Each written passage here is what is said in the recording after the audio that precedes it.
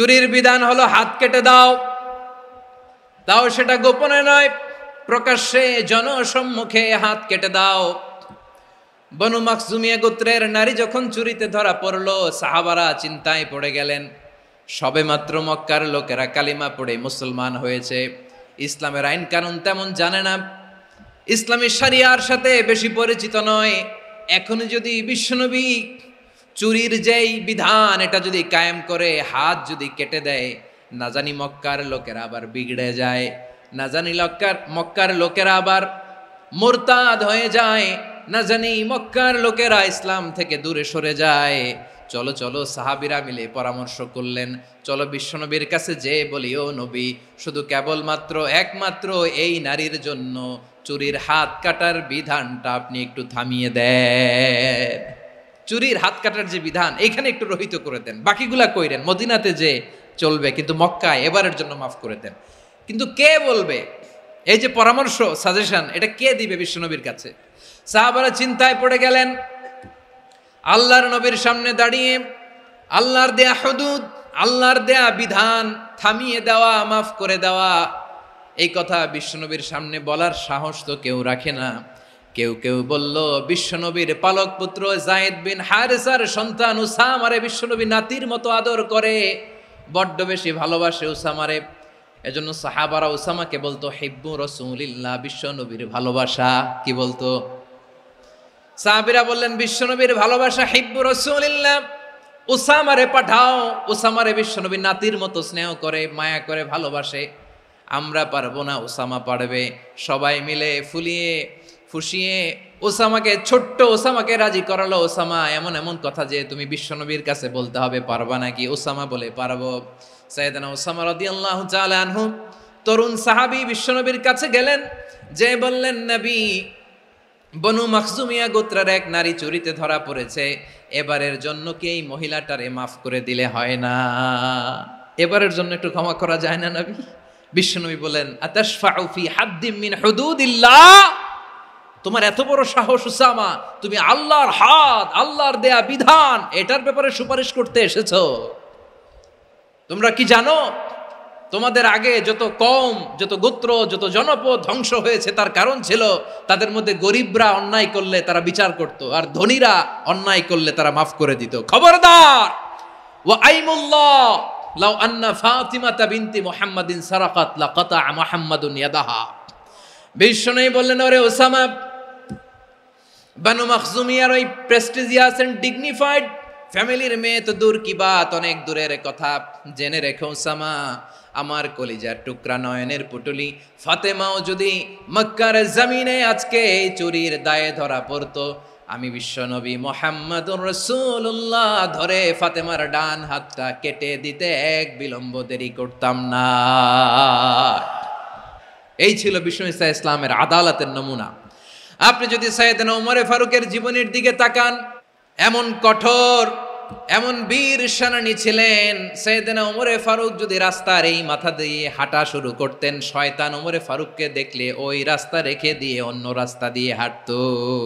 সুবহানাল্লাহ। ওমরে ফারুক রাদিয়াল্লাহু তাআলা আনহু কি পার্সোনালিটি ছিল!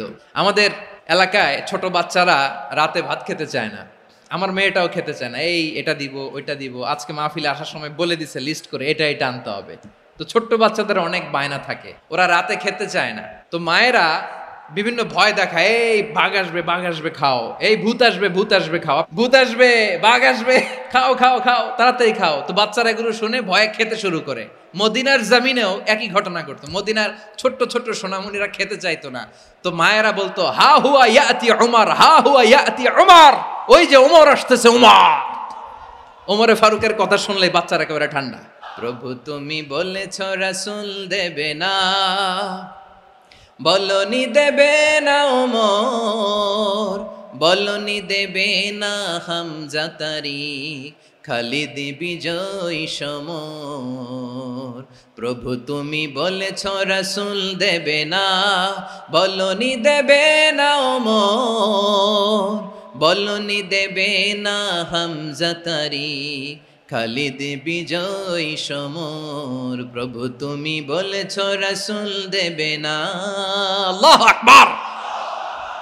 ওমরে ফারুক রাদিয়াল্লাহু তাআলা আনহু, ওনার কথা শুনলে গায়ের মধ্যে গুজবাম হয়, গায়ের পশমগুলো দাঁড়িয়ে যায়। সুবহানাল্লাহ বলেন। কি পার্সোনালিটি ছিল, কি ব্যক্তিত্ব ছিল। মুনাফিকরা ওমরে ফারুককে জমের মতো ভয় পেতেন। শয়তান, খুদ শয়তান এই রাস্তা দিয়ে আসলে শয়তান অন্য রাস্তা দিয়ে হাঁটতো। ওমরে ফারুক রাদিয়াল্লাহু তাআলা আনহুর জীবনে যদি দেখেন, তাহলে সেখানে আপনি আদালতের, ইনসাফের, সুশাসনের, জাস্টিসের নমুনা দেখতে পাবেন। কয়টা শুনবেন? সাইয়েদনা ওমরে ফারুকের রাদিয়াল্লাহু তাআলা আনহুর সন্তান আব্দুর রহমান মিশরে মদ খেয়ে মদ্যপ অবস্থায় ধরা পড়েছে। মদ খাওয়ার কারণে, মদ যদি কেউ পান করে আর যদি প্রমাণিত হয়, তার বিচার হলো 80 বেত। ওমরে ফারুক রাদিয়াল্লাহু তাআলা আনহুর ছেলে ভুল করে মদ পান করে ফেলেছিলেন। আব্দুর রহমান, ঘটনা ঘটেছে মিশরে। মিশরের গভর্নর তখন আমর ইবনুল আস রাদিয়াল্লাহু তাআলা আনহু। আব্দুর রহমানের ভাই যে গভর্নরকে বলল, গভর্নর যদি একটু দয়া করেন, খলিফার ছেলে আমার ভাই আব্দুর রহমান মদ্যপ অবস্থায় ধরা পড়েছে, জনসম্মুখে যদি আপনি বেত্রাঘাত করেন আমাদের প্রেস্টিজ থাকে না, যদি 80 বেত আপনি মারেন আমার কোনো কথা নাই, কিন্তু ঘরের ভেতরে মারেন।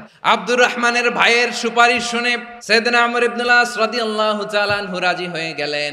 ঘরের ভেতরে লোকচক্ষুর আড়ালে 80 বেত তিনি মানলেন। কিন্তু ঘটনাক্রমে এই কথা লুকিয়ে লুকিয়ে ঘরের ভেতরে 80 বেত মারার কথা সাইয়েদনা ওমর ফারুক মদিনা থেকে জানতে পারলেন। মদিনা থেকে তিনি ফরমান জারি করলেন, এই বিচার যেমনটি আমর ইবনুল আস আদায় করেছে, এটা প্রকৃতপক্ষে আদায় হয় নাই।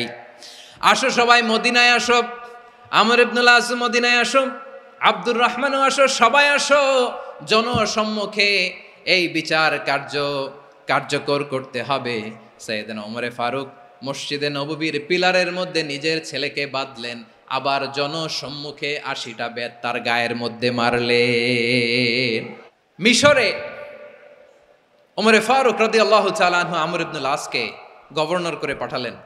সেখানে আমর ইবনুল আসের ছেলে একটা প্রতিযোগিতায় রানার আপ হয়েছে। এক মিশরি সেখানে চ্যাম্পিয়ন হয়েছে। রানার আপ বুঝতে পেরেছেন তো? রানার আপ সেকেন্ড হয়েছে, এক মিশরি হয়েছে চ্যাম্পিয়ন প্রথম। কিন্তু গভর্নরের ছেলে ও জিততে পারে নাই, ও রাগে ওই মিশরির গায়ের মধ্যে কয়েকটা লাঠি দিয়ে বাড়ি মেরেছে। মিশরি যে মদিনাতে ওমরে ফারুকের কাছে বিচার দিলেন, আপনার গভর্নরের ছেলে অন্যায়ভাবে আমার গায়ে হাত তুলেছে। সাইয়েদনা ওমরে ফারুক আবার ফরমান জারি করলেন, আসো মদিনাতে আসো। মিশরীকে ডাকলেন, ওই মিশরের গভর্নর আমর ইবনুল আস রাদিয়াল্লাহু তাআলা আনহুকে ডাকলেন, তার ছেলেকেও ডাকলেন, সবাই বসে রইল।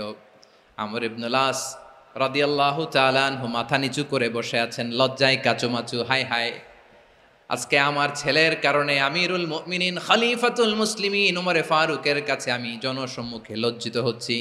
সাইয়েদনা ওমরে ফারুক বললেন, এই নাও লাঠি, গভর্নরের ছেলে তোমার মাথার মধ্যে যতগুলো বাড়ি মেরেছে, আজকে জনসম্মুখে তুমি অতগুলা বাড়ি মারো।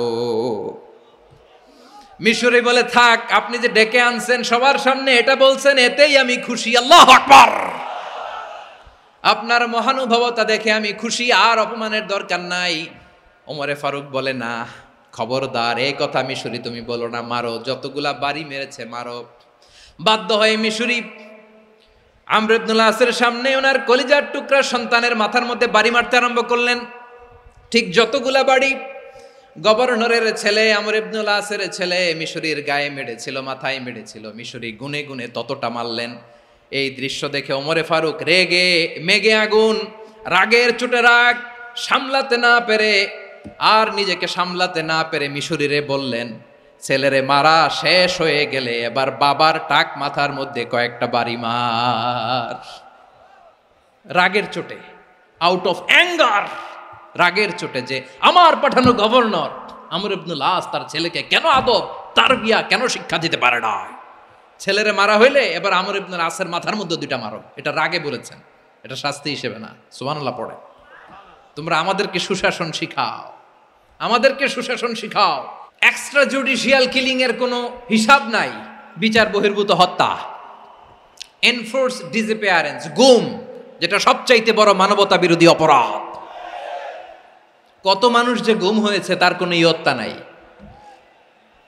যেই ফ্যামিলির সদস্য গুম হয়েছে তারা কি ওই লোকটার জন্য মাগফিরাতের দোয়া করবে? নাকি সুস্বাস্থ্যের দোয়া করবে তারা নিজেরাও জানতো না, কারণ জানে না ও বেঁচে আছে না মরে গেছে। আহা, বিডিআর নওজোয়ানদের যারা ছাড়া পেল দেখলাম, বিনা অপরাধে, কোনো অন্যায় ছাড়া, অপরাধ ছাড়া তাদের জীবন থেকে, তাদের তারুণ্যের, তাদের যৌবনের 15 বছর, 16 বছর, 17 বছর নাই, 6 মাস বয়সের ছোট বাচ্চাকে রেখে জেলে গেছে। 6 মাসের মেয়ে বেরোয় দেখে মেয়ের বয়স 17 বছর। মেয়ে বাবারে চিনে না, বাবা মেয়েরে চিনে না। মেয়েকে এখন বিয়ে দিয়ে আরেক ছেলের হাতে তুলে দিবে। মেয়ের শৈশব বাবা দেখে নাই, মেয়ের কৈশোর বাবা দেখে নাই, মেয়ের তারুণ্য দেখে নাই। আরেক যুবককে দেখলাম 14 বছরের 14 দিনের সংসার, 2 সপ্তাহের সংসার শেষে জেলে গেছে। কত যুবকের যে স্ত্রী চলে গিয়েছে ফ্যামিলি ছেড়ে, কারণ জানে না তো কবে আসবে, কি হবে, কেউ জানতো না। দাম্পত্য জীবনের মাত্র 14 দিনের স্মৃতি, এই স্মৃতিকে আঁকড়ে ধরে এক বোন 16টা বছর, 17টা বছর কাটিয়ে দিয়েছে। আমি নিউজটা দেখে ভাবলাম, আমার এই বোনের প্রতিটি দিন কিভাবে কেটেছে, প্রতিটি রাত কিভাবে কেটেছে, প্রতিটি ক্ষণ কিভাবে কেটেছে। বিশ্বনবী বলেছেন, ইত্তাকি দাওয়াতাল মাজলুম ফাইন্না লাইসা বাইনাহু ওয়া বাইনাল্লাহি হিজাব। মাজলুমের কান্নাকে ভয় করো, কারণ মাজলুমের কান্না আর আল্লাহর মাঝে কোনো পর্দা থাকে না। আমরা আর এরকম কোন জুলুম বাংলাদেশে দেখতে চাই না, জোরে বলেন ঠিক কিনা? আর কেউ নতুন করে জালিম হোক আপনারা চান? আবার নতুন করে কেউ ফ্যাসিস্ট হোক আপনারা চান? এক দল আরেক দলকে নিশ্চিহ্ন করার রাজনীতিতে মেতে উঠুক, এটা আপনারা চান? আমরা বাংলাদেশকে আদল দিয়ে সাজাতে চাই। আমরা এই 56,000 বর্গ মাইলের প্রতিটা ইঞ্চি মাটিকে কোরআনের আইন দিয়ে সাজাতে চাই। রাজি আছেন আপনারা? আমরা আর নতুন করে কেউ জালিম হোক এটা চাই না, নতুন করে আবার কেউ ফ্যাসিস্ট হোক আমরা চাই না, এক দল আরেক দলকে নিশ্চিহ্ন করার রাজনীতি করুক আমরা চাই না। আমরা সুশাসনের বাংলাদেশ চাই, আমরা মানবিক বাংলাদেশ চাই, আমরা একটা সমৃদ্ধ বাংলাদেশ চাই, আমরা বিশ্বের বুকে সম্মান নিয়ে মাথা উঁচু করে দাঁড়াতে চাই, ঠিক কিনা বলেন?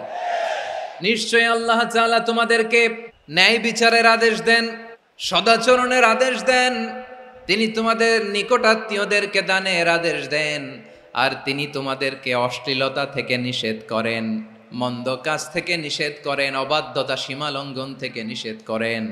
তিনি তোমাদেরকে উপদেশ দেন যাতে তোমরা শিক্ষা গ্রহণ করো। সুবহানাল্লাহ। উপদেশ দিচ্ছে স্বয়ং কে?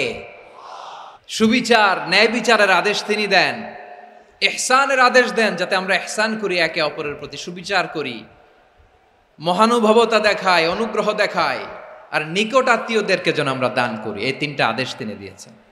আর কোন 3টা জিনিস থেকে তিনি বারণ করেছেন? অশ্লীলতা, ফাহশা, মুনকার, মানে সব মন্দ আর অসৎ কাজ, এগুলো থেকে তিনি আমাদেরকে বারণ করেন। ওয়াল বাগি, অবাধ্যতা, সীমা লঙ্ঘন, এই 3টা কাজ থেকে তিনি আমাদেরকে বারণ করেন। তিনি আমাদেরকে উপদেশ দেন, স্বয়ং আল্লাহ তাআলা আমাদেরকে উপদেশ দেন যাতে করে আমরা শিক্ষা গ্রহণ করি। সুবহানাল্লাহ পড়ে। তাহলে আসুন আমরা ধরে ধরে একটা একটা করে সামনের দিকে আগাই। আল্লাহ তাআলা প্রথমে আমাদেরকে আদেশ দিয়েছেন আদালের, ইন্নাল্লাহা ইয়া'মুরু বিল আদল। আওয়াজ করে বলুন আল আদাল। ইন্নাল্লাহা ইয়া'মুরু বিল আদল। আল্লাহ তাআলা আমাদেরকে আদলের আদেশ দেন। আদল অনেকে না বুঝলেও আদালত শব্দটা বুঝবেন। আদালত, আদালত, আদালত বুঝেন না? যেখানে বিচার কার্যের ফয়সালা করা হয়, কোর্ট কাচারি আদালত, এটা তো ভেরি কমন। এটা শুনছেন না সবাই? আদালত, যেখানে ন্যায় বিচার হবে, সুশাসন হবে। কিন্তু ভাগ্যের কি নির্মম পরিহাস, ওখান থেকে মিথ্যা সাক্ষী দিয়ে মনমতো রায় দিয়ে দেয়া হয়। এগুলোর পরিবর্তন হওয়ার দরকার আছে না নাই? প্রিয় ভাইয়েরা, আদালত, আল আদল, ইংরেজিতে বলে জাস্টিস, ন্যায় বিচার, সুবিচার, সুশাসন, জাস্টিস, আল আদল, সব জায়গায় এই জাস্টিস থাকা দরকার। Justice should be prevailed in the society. The mission of all prophet was to uphold the justice. সব নবীর মিশন ছিল এই জাস্টিসকে, আদালকে, সুশাসন আর সুবিচারকে নিশ্চিত করা। পড়েন সুবহানাল্লাহ। And the core message of every divine scripture was to uphold justice. পৃথিবীর সব আসমানি কিতাবের মূল শিক্ষা ছিল এই জাস্টিসকে সমাজে এনশিওর করা, সুবিচার সুশাসনকে এনশিওর করা। তাহলে প্রিয় ভাইরা, আমরা বুঝতে পারলাম আল আদ শব্দের মানে হচ্ছে ইনসাফ বা সুবিচার বা ন্যায় বিচার। এটা হচ্ছে একটা general meaning, very general meaning. আপনি যদি ইন ডেপথ বুঝতে চান, আরো ভেতরে যান, তাহলে আদাল মানে হচ্ছে সমন্বয়, আদাল মানে হচ্ছে ভারসাম্য, ব্যালেন্স। আদাল মানে হচ্ছে মধ্যম পন্থা। সুবহানাল্লাহ পড়েন। কারণ সব সময় সমান সমান হইলেই সুবিচার হয় না। কথা কি বুঝতেছেন? ইসলামের দ্য কনসেপ্ট অফ আদাল, এটা এমন আদাল, এটা সব সময় সমান সমান নয়। যখন সমান সমান দেয়া দরকার, ইসলাম সমান সমান দেয়। যখন ব্যালেন্স করা দরকার, চেক এন্ড ব্যালেন্স, সমন্বয়, ভারসাম্য করা দরকার, তখন ইসলাম ভারসাম্য করে দেয়। এটার নাম আদাল। সুবহানাল্লাহ। সহজ করে আপনাদেরকে বুঝাই, যেমন ধরুন একটা পরিবারের 3 জন সদস্য, স্বামী, স্ত্রী আর সন্তান।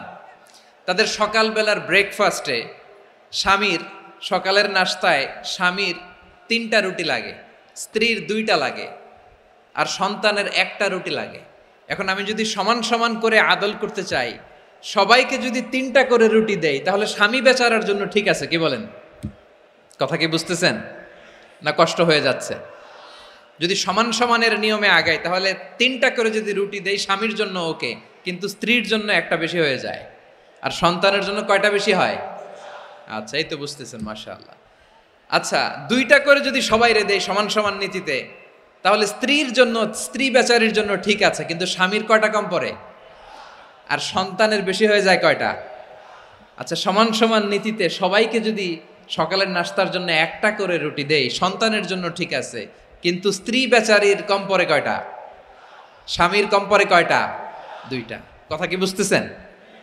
আর আমি যদি স্বামীকে দেই 3টা, স্ত্রীকে দেই 2টা, আর সন্তানকে দেই 1টা, তাহলে কারো অপচয় হবে না। যার যতটুকু দরকার ঠিক ততটুকুই কাজে লাগবে। চিল্লায় বলেন ঠিক কিনা?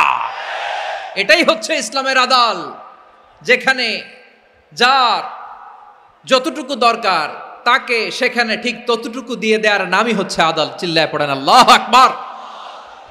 রব্বুল আলামিন বলেন, ইউসিকুমুল্লাহু ফি আওলাদিকুম লিযযাকারি মিসলু হাযযিল উনসায়াইন। আল্লাহ তোমাদেরকে ওসিয়ত করেন, তোমাদেরকে আদেশ দেন, উত্তরাধিকার সম্পদ যখন বন্টন হবে, ছেলেরা যতটুকু পাবে, মেয়ে পাবে তার অর্ধেক। সুবহানাল্লাহ বলেন।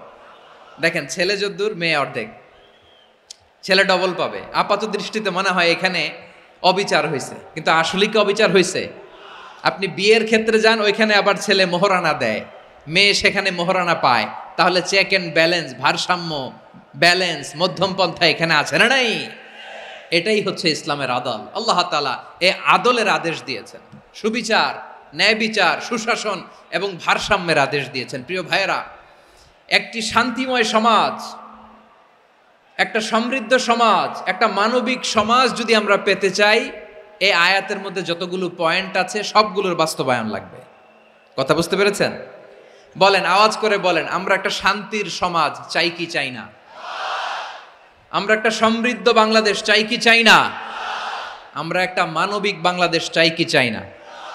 এই আয়াতে আল্লাহ তাআলা একটা মানবিক সমাজের রূপরেখা টেনেছেন। তার প্রথম কথা হচ্ছে, ইন্নাল্লাহা ইয়ামুরু বিল আদল। আল্লাহ তাআলা তোমাদেরকে আদলের নির্দেশনা দেয়, সুবিচার, সুশাসনের নির্দেশনা দেয়। যে সমাজে আদল থাকে না, সেই সমাজে জুলুম মানুষের ঘাড়ে চেপে বসে। আদলের বিপরীত হচ্ছে জুলুম। আদলের বিপরীত কি? জুলুম বা জাউর, অত্যাচার, অবিচার, বৈষম্য। এই যে বৈষম্য বিরোধী ছাত্র আন্দোলন কমন পড়ছে? এই যে একজন সমন্বয়ক তো দেখা করলো আমার সাথে। জুলুম মানে হচ্ছে বৈষম্য। বৈষম্যের স্থান ইসলামে নাই, অবিচারের স্থান ইসলামে নাই, জুলুমের স্থান ইসলামে নাই। আল্লাহ তাআলা বলেন যে আমি জুলুমকে নিজের জন্য হারাম করেছি এবং তোমাদের জন্য হারাম করেছি। বিশ্বনবী ফরমান, আল্লাহ তাআলা বলেন হাদিসে কুদসিতে, ইয়া ইবাদি ইন্নী হারামতুয যুলমা আলা নাফসি ওয়া জাআলতুহু বাইনাকুম মুহাররামান ফালা তাযালামু। আমার গোলামেরা শোনো, নিশ্চয় আমি আল্লাহ তাআলা জুলুমকে আমি আমার উপরে হারাম করেছি, অনুরূপভাবে জুলুম করাকে তোমাদের উপরেও হারাম করেছি, ফলে ফালা তাযালামু, তোমরা একে অপরের সাথে জুলুম করো না। নির্দেশনাটা কার? খবরদার, জুলুমের সাথে আমাদের কোনো সম্পর্ক নাই। আল্লাহ তাআলা আদলের আদেশ দিয়েছেন, আদালতের আদেশ দিয়েছেন, সুশাসনের ন্যায় বিচারের আদেশ দিয়েছেন। ইন্নাল্লাহা ইয়ামুরু বিল আদল, আমাদেরকে আদল প্রতিষ্ঠা করতে হবে। জুলুমের সাথে ইসলামের কোনো সম্পর্ক নাই। আল্লাহ বললেন, এটা যদি তোমরা চাও, একটা সমৃদ্ধ সমাজ যদি বিনির্মাণ করতে চাও, মানবিক সমাজ যদি বিনির্মাণ করতে চাও, আমি তোমাদেরকে সেজন্য প্রথমে আদালতের নির্দেশ দিলাম। ইন্নাল্লাহা ইয়ামুরু বিল আদল, নিশ্চয় আল্লাহ তাআলা তোমাদেরকে ন্যায় বিচার, সুশাসন এটার আদেশ দেন। সুবহানাল্লাহ।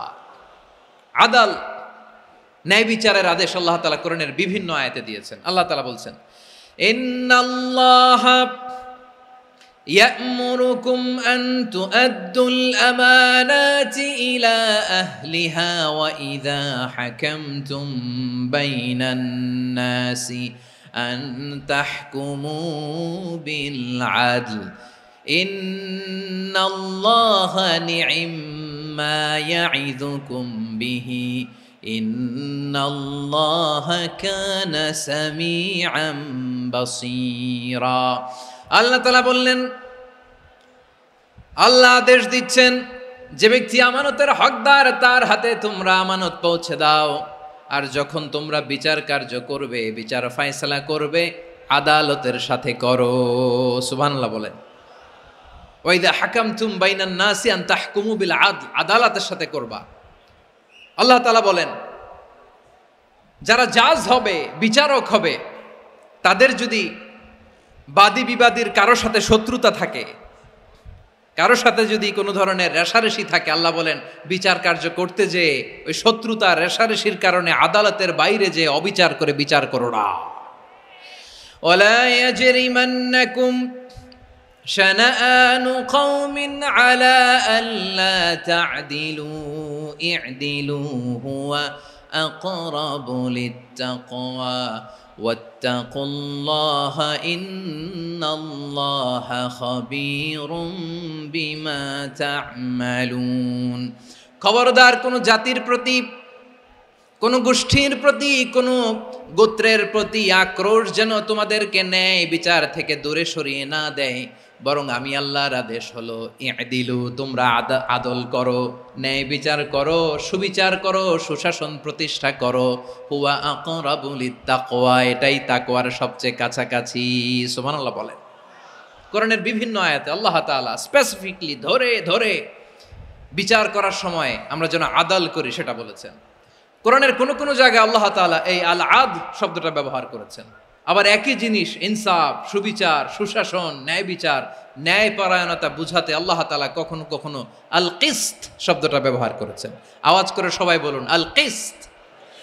প্রিয় ভাইরা, সবাই আওয়াজ করে আমার সাথে সাথে বলুন আল কিসত।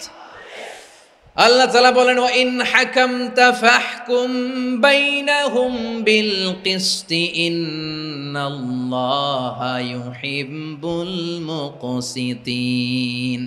যখন তুমি বিচার করবে, বিশ্বনবীকে উদ্দেশ্য করে অ্যাড্রেস করে বললেন, নবী হে, ইহুদিরা কোনো বিষয়ে মীমাংসার জন্য যদি আপনার দরবারে আসে, যদি বিচার করতে হয়, খবরদার অবিচার করবেন না। ফয়সালা যেটা করবেন কিসতের সাথে করবেন, ন্যায় পরায়ণতার সাথে করবেন, কারণ ইন্নাল্লাহা ইউহিব্বুল মুকসিতিন, নিশ্চয় আল্লাহ রাব্বুল ইজ্জাত ন্যায় পরায়ণশীলদেরকে বড্ড ভালোবাসেন। সুবহানাল্লাহ বলেন। ন্যায় পরায়ণ লোকদেরকে আল্লাহ তাআলা বড্ড ভালোবাসেন। অন্য আয়াতে আল্লাহ তাআলা বলছেন, وَنَضَعُ الْمَوَازِينَ الْقِسْطَ لِيَوْمِ الْقِيَامَةِ فَلَا تُظْلَمُ نَفْسٌ شَيْئًا। আমি কিয়ামতের দিন ন্যায় পরায়ণতার মানদণ্ড স্থাপন করব, যেটাকে আমরা মিজানের পাল্লা বলি। আল্লাহ বলেন, ন্যায় বিচারের মানদণ্ড কিয়ামতের ময়দানে আমি আল্লাহ স্থাপন করব। সেদিন কারো প্রতি বিন্দু পরিমাণ, এক চুল পরিমাণ অবিচার করা হবে না, কোনো অবিচার করা হবে না। সেদিন সুশাসন হবে, সুবিচার হবে, ন্যায় পরায়ণতার সাথে বিচার হবে। আওয়াজ করে পড়েন আল্লাহু আকবার। ইনসাফ, সুবিচার, ন্যায় বিচার, এটা আমরা চাই কি চাই না? বিশ্বনবী ন্যায় বিচার, ন্যায় পরায়ণতা, সুশাসন প্রতিষ্ঠিত করেন কি করেন নাই? আপনারা বিশ্বনবীর সিরাত যারা পড়েছেন, আপনি দেখবেন বিশ্বনবীর সিরাতের পরতে পরতে, বাঁকে বাঁকে, সিরাতের বাঁকে বাঁকে এই আদালতের নমুনা মেলে। সুবহানাল্লাহ বলেন। ছোট্ট একটা নমুনা রাসূল সাল্লাল্লাহু আলাইহি ওয়াসাল্লামের আসসিরা আল আতেরা থেকে ছোট্ট একটা নমুনা আপনাদের খেদমতে এখানে উপস্থাপন করি। বিশ্বনবী সাল্লাল্লাহু আলাইহি ওয়াসাল্লাম মক্কা বিজয় করলেন ৮ম হিজরিতে। মক্কা বিজয় শেষে তিনি কয়েক সপ্তাহ মক্কাতে অবস্থান করলেন। ইন দ্য মিন টাইম মক্কার একটা ভেরি প্রেস্টিজিয়াস এন্ড ডিগনিফাইড ফ্যামিলির নারী চুরিতে ধরা পড়ল। কিসে ধরা পড়ল? সবাই বলেন কিসে? আমাদের সমাজে আসেনি এটা? আছে? ছোট না বড়? হ্যাঁ, হিসাব করে শেষ করা যায় না। ৩.৫ লাখ কোটি টাকা নাই উন্নয়ন প্রকল্পের নামে। উন্নয়ন প্রকল্পের নামে ৩.৫ লাখ কোটি টাকা নাই। ৩.৫ লাখ কোটি টাকা লিখতে পারবেন আপনি? একটানা লিখতে পারবেন? বুঝতেছেন কত বড় সংখ্যা? বিশ্বনবী বলেন আদল এটা যেন তেন বিষয় না, এটা দিয়েই মানবিক সমাজ গড়তে হবে।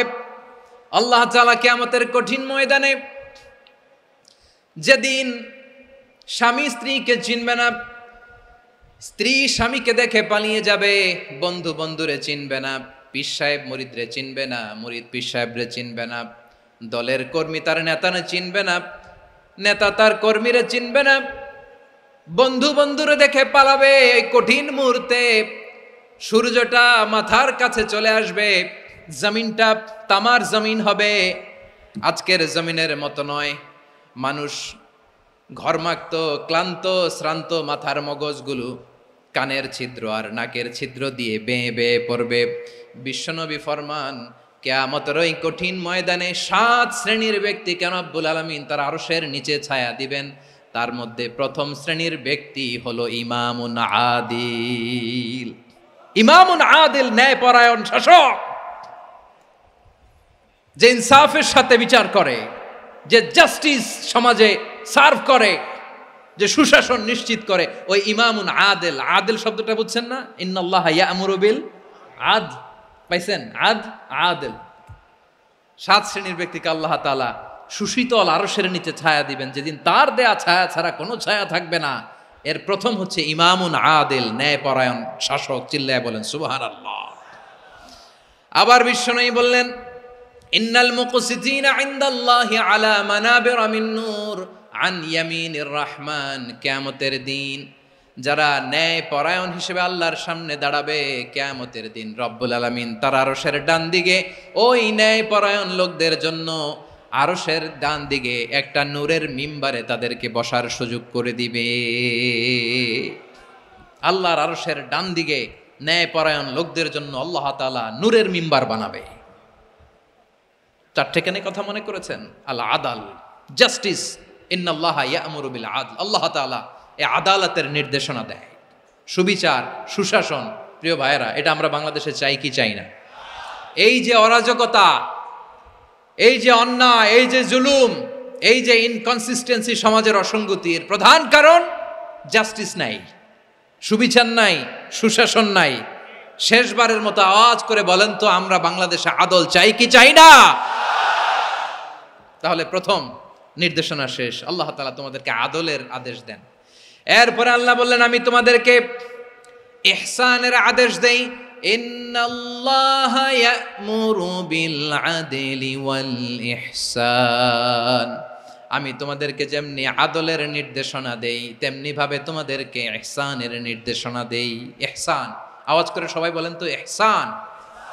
সবাই বলেননি? সবাই বললে এতটুকু আওয়াজ হবে আমি বিশ্বাস করি না। আওয়াজ করে বলুন আল ইহসান।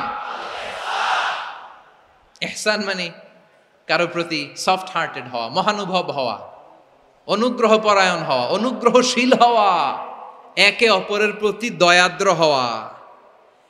একে অপরের প্রতি দয়াদ্র, অনুগ্রহশীল হওয়া ছাড়া মানবিক সমাজ কশিনকালেও গঠন করা সম্ভব না।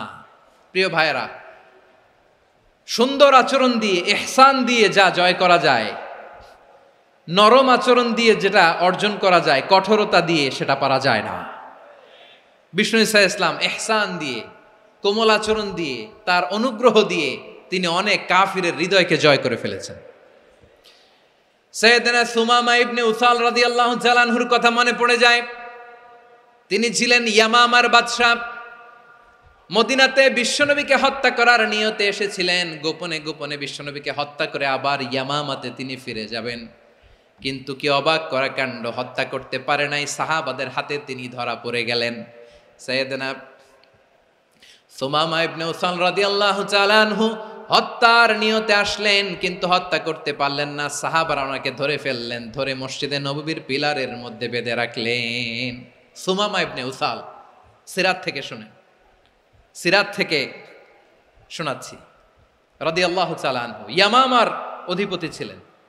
ইয়ামামা বিশ্বনবীকে হত্যার জন্য আসছেন, ধরা পড়ে গেছেন, এখন মসজিদে নববীতে বেঁধে রাখছে, তার মানে বন্দী। তো এখন স্ট্যাটাস কি? বন্দী, ক্যাপটিভ।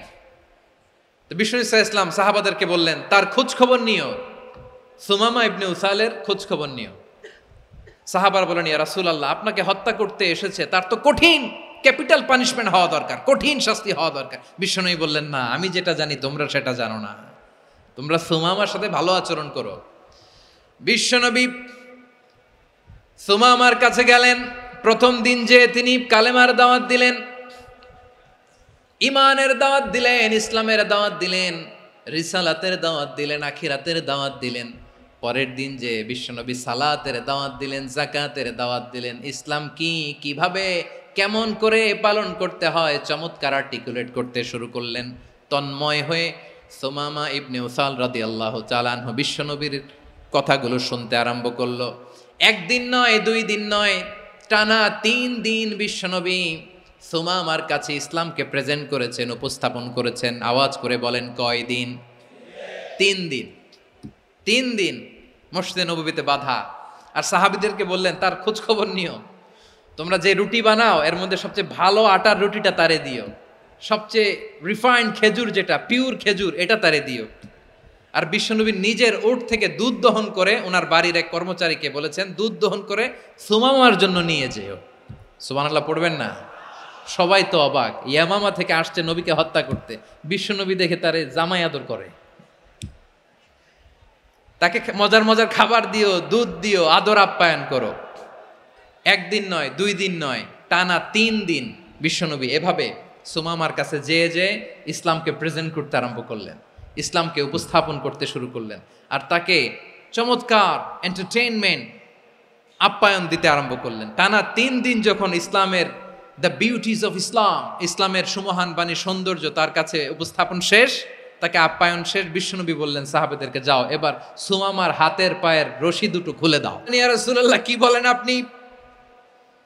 ও তো হত্যাকারী, সুযোগ পায় নাই, আপনারে মারতে পারে নাই, ছেড়ে দিলে আবার ও আপনার উপর তলোয়ার নিয়ে ঝাঁপিয়ে পড়বে। নবী, এই সিদ্ধান্ত আপনি নিতে যাবেন না। বিশ্বনবী বললেন, যেটা বলেছি সেটা করো, সুমামার রশিগুলো ছেড়ে দাও, সুমামার হাতে পায়ের রশিগুলো যে তোমরা খুলে দাও। সাহাবারা তর্ক জুড়ে দিলেন, লা ইয়া রাসূলুল্লাহ, এমনটা করবেন না, তো ভয়ঙ্কর ভয়ঙ্কর খুনি, কি জানি কি হয়ে যায়। বিশ্বনবী বললেন, না, তার হাতে পায়ের রশিগুলো খুলে দাও। সাহাবারা বিশ্বনবীর কথা মতো তার হাতে পায়ের রশিগুলো খুলে দিল। সুমামা মুহূর্তের মধ্যে মসজিদে নববী থেকে বের হয়ে ইয়ামামায় ফিরে না যে মসজিদে নববীর পাশে একটা খেজুর বাগান ছিল, সেখানে চলে গেলেন। সেখানে একটা ছোট্ট কুয়া ছিল, কুয়ার পানি দিয়ে তিনি গোসল করলেন। সুবহানাল্লাহ পড়েন। কুয়ার পানি দিয়ে গোসল করে মসজিদে নববীর সামনে এসে বিশ্বনবী এবং সাহাবাদের সামনে দাঁড়িয়ে সাব্বাবা উঁচু করে বললেন, আশহাদু আল্লা ইলাহা ইল্লাল্লাহ ওয়া আশহাদু আন্না মুহাম্মাদান আবদুহু ওয়া রাসূলুহু। আল্লাহু আকবার। আমি সাক্ষ্য দিচ্ছি আল্লাহ ছাড়া কোনো ইলাহ নাই, আর মুহাম্মদ আল্লাহ তাআলার প্রেরিত বান্দা এবং রাসূল। প্রিয় ভাইয়েরা, ইহসান দিয়ে যা জয় করা যায়, কঠোরতা দিয়ে সেটা কঠিনকালেও জয় করা যায় না। আওয়াজ করে বলেন ঠিক কি না? এবার সুমামা দাঁড়িয়ে বলে, ওগো নবী, আমি তো কালিমা পড়ে মুসলমান হয়ে গেলাম, এবার শোনেন, এই মুহূর্তের আগে আপনার চেহারার চাইতে নিকৃষ্ট কোনো চেহারা আমার কাছে ছিল না, কিন্তু শাহাদা পাঠ করার পরে আপনার চেহারার চাইতে উত্তম শ্রেষ্ঠ কোনো চেহারা আমার কাছে আর নাই। ও নবী, আজকের দিনের আগে ইসলাম ধর্মের চেয়ে নিকৃষ্ট অপছন্দনীয় কোনো ধর্ম আমার কাছে ছিল না, কিন্তু এই মুহূর্ত থেকে ইসলামের চেয়ে সেরা শ্রেষ্ঠ পছন্দনীয় কোনো ধর্ম আমার কাছে নাই। নবী গো, আজকের দিনের আগে মদিনার চাইতে অপছন্দনীয় নিকৃষ্ট কোনো শহর আমার কাছে ছিল না, কিন্তু এই মুহূর্তের পর থেকে মদিনার চাইতে কোনো শ্রেষ্ঠ শহর আমার জানা নাই। সে ছিল গমের বড় ডিলার, গম বেচত। কি বেচত? তার গম কিনে মক্কার লোকেরা রুটি খাইতো। সে ঘোষণা দিল, আজকে থেকে মক্কাবাসীদের জন্য সব গম আমি হারাম করে দিলাম, মক্কাবাসী এখন না খেয়ে মরে। সুবহানাল্লাহ পড়বেন না? মক্কাবাসী বিশ্বনবীর কাছে আসলেন, এসে বললেন, মুহাম্মদ, আমরা তো তোমার ভাই, তোমার চাচা, তোমার ভাতিজা, তোমার আত্মীয়, তুমি সুমামারে বলো সে যেন আবার গমের সাপ্লাই মক্কার জন্য অনুমতি দিয়ে দেয়। বিশ্বনবীর অনুমতি ক্রমে সুমামা আবার মক্কাতে গম পাঠাতে শুরু করলো। পড়েন সুবহানাল্লাহ। ইহসান, ইহসান দিয়ে আপনি যেটা জয় করতে পারবেন, you can win the heart of your enemies.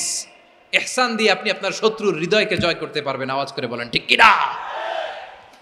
এজন্য আল্লাহ বললেন, ওয়া আনফিকু ফি সাবিলিল্লাহি ওয়া লা তুলকু বিআইদিকুম ইলাত তাহলুকা ওয়া আহসিনু ইন্নাল্লাহা ইউহিব্বুল মুহসিনিন।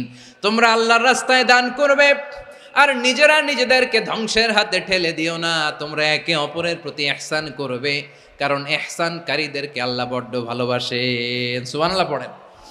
আবার সূরা রহমানে আল্লাহ বললেন, হাল জাযাউল ইহসানি ইল্লাল ইহসান ফাবিআইয়ি আলা, সবাই পড়েন, ফাবিআইয়ি আলাই রাব্বিকুমা তুকাযযিবান। ইহসানের প্রতিদান হিসেবে ইহসানই হয়। বিশ্বনবী সুমামার প্রতি যেমন ইহসান করেছেন, সুমামাও ঠিক তেমন ইহসান ফিরিয়ে দিয়েছে। ঠিক কিনা বলেন? তাহলে এক নম্বরে হচ্ছে আদ, ন্যায় বিচার। দুই নম্বরে সবাই বলেন ইহসান, সদাচরণ। ইহসান দুই ধরনের প্রিয় ভাইরা, ইহসান ফিল ইবাদা, ইহসান ফিল মুআমালা। ইহসান ফিল ইবাদা হচ্ছে একাগ্র অনুভবে ইবাদতে ডুব দেওয়া, এর নাম ইবাদতের ইহসান। সুবহানাল্লাহ পড়েন। বিশ্বনবী বলেন ইহসান মানে কি জানো নাকি? হাদিসে জিবরিলে সাইয়েদনা জিবরিল আলাইহিস সালাম বিশ্বনবীকে বললেন, আখবিরনি আনিল ইহসান। নবী আমাদেরকে বলেন ইহসান মানে কি? বিশ্বনবী বললেন, আনতা আবুদাল্লাহ কাআন্নাকা তারাহু ফাইন লাম তাকুন তারাহু ফাইন্নাহু ইয়ারাক। ইহসান মানে হলো এমন ভাবে তুমি আল্লাহর সামনে নিজেকে উজাড় করে ইবাদত করবে, তুমি ভাববে তুমি আল্লাহকে দেখতে পাচ্ছ। আর এটা যদি ভাবা তোমার জন্য কঠিন হয়ে যায়, অন্তত এতটুকু তুমি ভাববা যে আল্লাহ তোমাকে দেখতে পাচ্ছেন। ঠিক কিনা বলেন? ও আমার বীর চট্টলার ভাইয়েরা, কেউ যেটা দেখে না সেটা দেখে কে? এই বিশ্বাস হৃদয়ের মধ্যে আছে? নামাজে যখন দাঁড়ান এই ফিলিংসটা আনা যাবে? হ্যাঁ, এশার সালাত তো এখনো হয় নাই না? আলোচনা শেষে এশার সালাত এখানে অনুষ্ঠিত হবে, তাই না? আচ্ছা বলুন তো, আমরা এশার সালাত পর্যন্ত বেঁচে থাকবো এই গ্যারান্টি আছে কার কার? হাত তোলেন। কয়েকজন হাত তুলছে পেছনে, না বুঝে তুলে ফেলছে। এশা পর্যন্ত যে আমরা হায়াত পাবো কোনো গ্যারান্টি আছে? সবাই আওয়াজ করে বলেন, গ্যারান্টি আছে? গ্যারান্টি নাই। এই জন্য বিষ্ণু ইসলাম বলেছে, এমন ভাবে নামাজে দাঁড়াও, ইবাদত করো, মনে করো হতে পারে এটাই আমার জীবনের শেষ নামাজ। Perform the salah as if this is your last and final prayer. এমন ভাবে সালাতে দাঁড়াও, ভাবো হতে পারে এটাই তোমার জীবনের শেষ নামাজ। এমন ভাবে নামাজে দাঁড়াও, ভাবো এটাই শেষ নামাজ। তাহলে নামাজে একাগ্রতা বাড়ায় দিবে কে? ফলে ইবাদতের ইহসান আমাদের অর্জিত হবে। আর মুআমালাতে ইহসান হলো, বিশ্বনবী বলেন, ইন্নাল্লাহা তাবারাকা ওয়া তাআলা কাতাবাল ইহসানা আলা কুল্লি শাই ফাইদা কাতালতুম ফাআহসিনুল কিতলা ওয়া ইযা যাবাহতুম ফাআহসিনুয যাবহা ওয়ালিয়ুহিদ্দা আহাদুকুম শাফরাতাহু ওয়ালিয়ুরিহ যাবিহাতাহু। ইহসান দুই ধরনের। আওয়াজ করে বলতে হবে, কয় ধরনের? সবাই বলুন আওয়াজ করে, কয় ধরনের? একটা হচ্ছে ইহসান ফিল ইবাদা, ইবাদতে ইহসান। ইবাদতে ইহসান কি? একাগ্র অনুভব দিয়ে ইবাদত করা, মন প্রাণ দিয়ে ইবাদত করা। আর মুআমালাতে ইহসান কি? সব কাজে, দৈনন্দিন কাজে, কর্মে, সামাজিক অ্যাক্টিভিটিতে কোমলতা প্রদর্শন করা, অনুগ্রহের সাথে সবকিছু করা। আল্লাহ তাআলা ইন্নাল্লাহা তাবারাকা ওয়া তাআলা কাতাবাল ইহসানা আলা কুল্লি শাই, তিনি সব কিছুর ব্যাপারে ইহসানকে আবশ্যক করেছেন।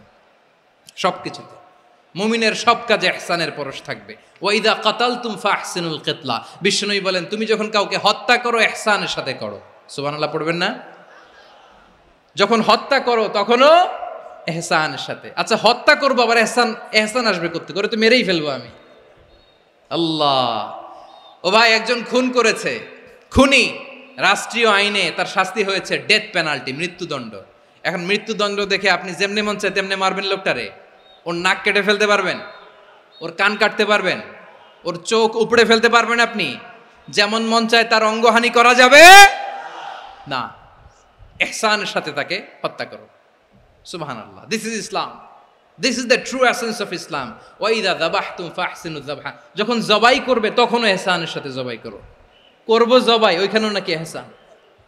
আচ্ছা কুরবানির দিন আমরা পশুগুলোরে কি করি বলেন সবাই আওয়াজ করে?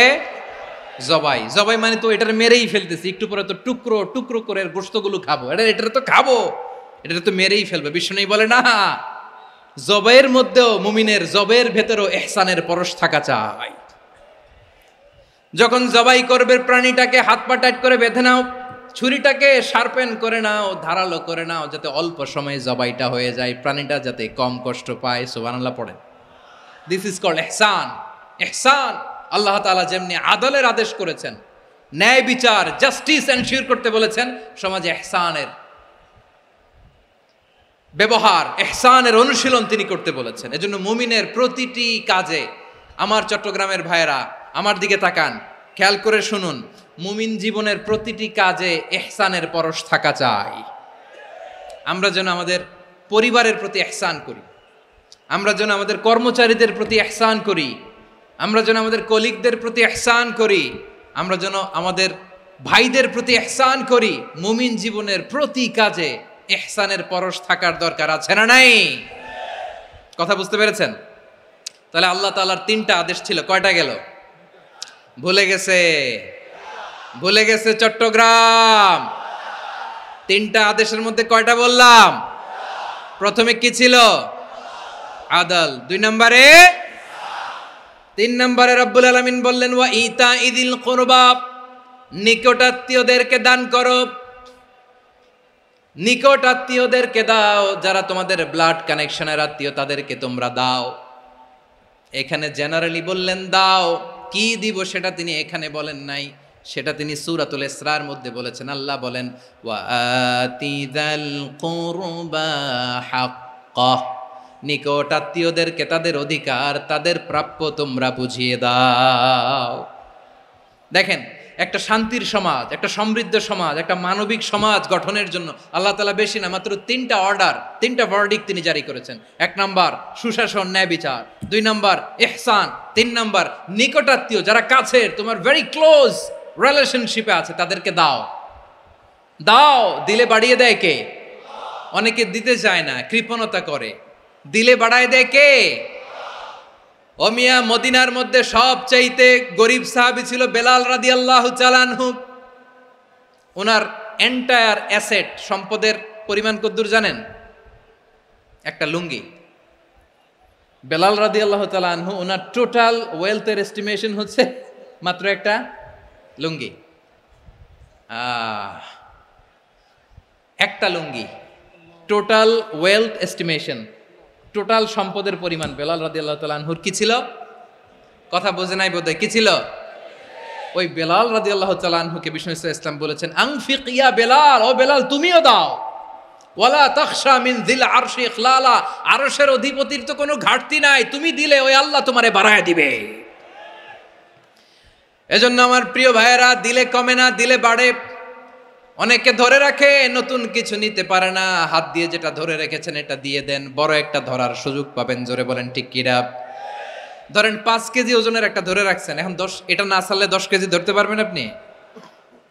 আচ্ছা 10 কেজির জিনিস একটা আছে হাতে, ওইটা যদি ছেড়ে দেন তাইলেই না 15 কেজি ধরতে পারবেন। কথা বলেন ঠিক কিনা? তাহলে দিলে বাড়িয়ে দেয় কে? রব্বুল আলামিন বললেন 3 নাম্বার আদেশ হলো তোমাদের প্রতি সমাজটারে কেমন করে মানবিক সমাজ, সুন্দর সমাজ গড়বা। 3 নম্বর আদেশ হলো ওয়া আতিদাল কুরবা হাক্কা, নিকটাত্মীয়দেরকে তাদের প্রাপ্য বুঝিয়ে দাও। এই নিকটাত্মীয়দেরকে তাদের অধিকার বুঝিয়ে দেওয়া, প্রাপ্য বুঝিয়ে দেওয়াতে আমাদের গাফলতি আছে না নাই? চট্টগ্রামে নাই? মাশাআল্লাহ আছে, আছে। অনেকে দেখবেন অনেক আল্লাহওয়ালা তাহাজ্জুদ গুজার, সেজদা দিতে দিতে কপালে কালো দাগ ফেলে দিছে, সে তার বোনের হকটা আদায় করে নাই। আছে না নাই? হ্যাঁ, এখানেও আছে। সর্বনাশ।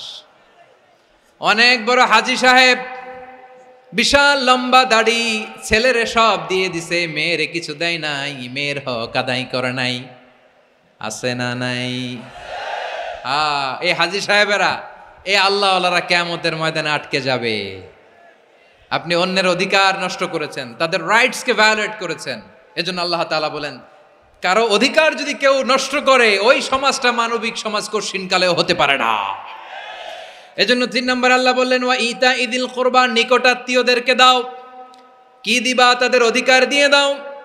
বোনের অধিকার বুঝিয়ে দাও, মেয়ের অধিকার বুঝিয়ে দাও, ফুফুর অধিকার বুঝিয়ে দাও। দেখবেন অনেক মায়েরা ছেলের পাতে মুরগির রান দেয়, মেয়ের পাতে দেয় মুরগির ঠ্যাং। এরকম আছে না নাই? ছেলেরা কি দেয়? মুরগির। মেয়ের পাতে কি দেয়? তো মেয়ের কি মুরগির রান খেতে মনে চায় না? মনে চায় না? এমনটা করা যাবে না। নিকটাত্মীয়দেরকে অধিকার দিয়ে দাও, নিকটাত্মীয়ের সাথে সুসম্পর্ক রাখো। আদেশটা কার? এজন্য প্রিয় ভাইয়েরা, জীবনে যদি বারাকা অর্জন করতে চান, নিকটাত্মীয়দের সাথে সুসম্পর্ক রাখতে হবে, তাদের জন্য উপহার পাঠাতে হবে। বিশ্বনবী বলেন লা ইয়াদখুলুল জান্নাতা কাতে, যে ব্যক্তি আত্মীয়তার সম্পর্ককে ছিন্ন করে দেয়, সে কশিনকালেও আল্লাহর জান্নাতে ঢুকবে না। আপনি কি এটারে সহজ হাদিস মনে করছেন? এটা সহজ কথা? আপনি ভাবছেন আপনার নামাজ আপনারে বাঁচাতে পারবে, আপনার রোজা বাঁচাতে পারবে, আপনার তাহাজ্জুদ আপনারে বাঁচাতে পারবে?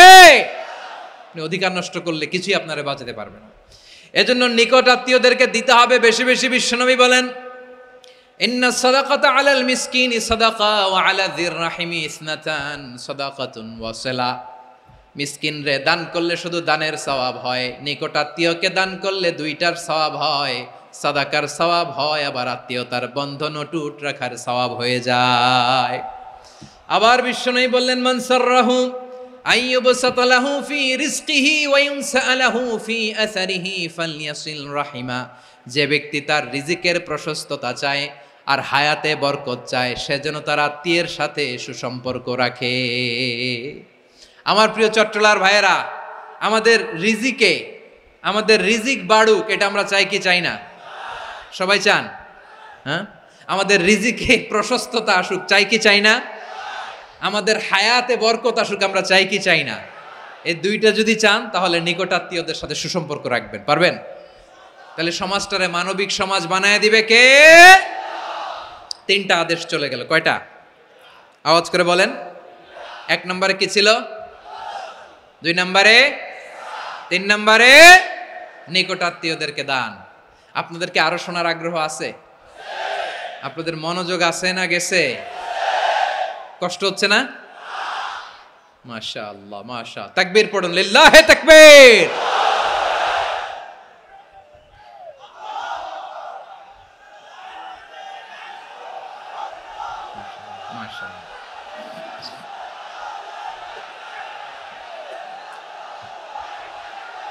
আমার প্রিয় ভাইয়েরা, আল্লাহ তাআলা 3টা জিনিসের যেমনি আদেশ করেছেন, অনুরূপভাবে 3টা বিষয় তিনি বারণ করেছেন, নিষেধ করেছেন। ওগুলোর কাছেও যাওয়া যাবে। শুনবেন। রাব্বুল আলামিন বলেন ওয়ায়ানহা আনিল ফাহশাই ওয়াল মুনকারি ওয়াল বাগি। আমি যেমনি 3টি বিষয়ে আদেশ করলাম, অনুরূপভাবে 3টি বিষয়ে বারণ করলাম, নিষেধ করলাম। আমার 1 নাম্বার নিষেধাজ্ঞা হলো অশ্লীলতার প্রতি। ফাহশা, ওয়ায়ানহা আনিল ফাহশা, আল্লাহ তাআলা অশ্লীলতাকে নিষেধ করেছেন। কোন জিনিসকে? সবাই বলুন, কোন জিনিসকে? যত ধরনের, যত টাইপের, যত ক্যাটাগরির অশ্লীলতা হতে পারে, সব অশ্লীলতাকে হারাম করেছেন কে? ফাহশা মানে কি? কথায়, কাজে, আচরণে, কমেন্ট, ফেসবুকের কমেন্টসে যত ধরনের নোংরামো আছে, যত ধরনের অশ্লীলতা আছে, এটাকে আরবিতে বলে ফাহশা। এটাকে কি বলে? রাব্বুল আলামিন বলেন, কুল ইন্নামা হাররামা রাব্বিয়াল ফাওয়াহিশা মা যাহারা মিনহা ওয়া মা বাতান। ও নবী, আপনি বলে দেন, আমার রব প্রকাশ্য, অপ্রকাশ্য, স্পষ্ট কিংবা অস্পষ্ট, দৃশ্যমান কিংবা অদৃশ্যমান সব অশ্লীলতাকে হারাম করেছেন। সব ধরনের অশ্লীলতা হারাম, সব ধরনের।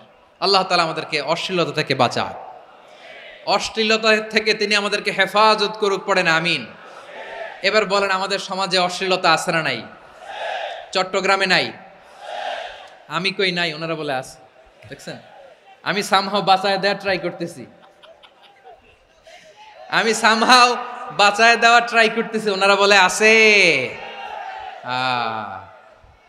অশ্লীলতা নানা ভাবে, নানা নামে, নানা মোড়কে আমাদের সমাজে আছে না নাই? সংস্কৃতির নামে, ফ্যাশনের নামে, বিনোদনের নামে, উপন্যাসের নামে, কনসার্টের নামে অশ্লীলতা আছে না নাই? আপনি দেখেছেন কনসার্টগুলোর অবস্থা? এই যে আতিফ আসলাম যে আসছে আমাদের দেশে, তারপর কে কে আসছে, আমাদের তরুণ তরুণীরা, আমাদের যুবক যুবতীরা, আমাদের জেনজিরা, কি অবস্থা ওইখানে? হ্যাঁ, কি অবস্থা? কে বাঁচাবে ওদের? কে রক্ষা করবে ওদের ইমানের, ওদের চরিত্রের হেফাজতের গ্যারান্টি কে দিবে? কনসার্টের নামে অশ্লীলতা আছে না নাই? ছেলে মেয়ে একে অপরকে জড়ায় ধরতেছে, একে অপরকে চুমু খাচ্ছে, প্রকাশ্যে, দিবালোকে, গণমানুষের সামনে। আল্লাহ তাআলা এই অশ্লীলতা থেকে আমাদেরকে বেঁচে থাকতে বলেছেন, বেঁচে থাকতে বলেছেন। রূপালী জগতের নামে অশ্লীলতা আছে না নাই? এই টার্মটা আপনারা জানেন না? রূপালী জগৎ কি জগৎ? আসলে কি রূপালী জগৎ না অন্ধকার জগৎ? আমার বোনেরা, আপনাদেরকে যে কি বলে তারা বুঝায়, রূপালী জগৎ শুনেই আপনি ভরকে যাবেন না। রূপালী জগতে যে নারী যত বেশি উলঙ্গ, সে নাকি তত বেশি সাহসী। জানেন, বলে এটা একটা সাহসী নারী, খুব সাহসী পদক্ষেপ তার।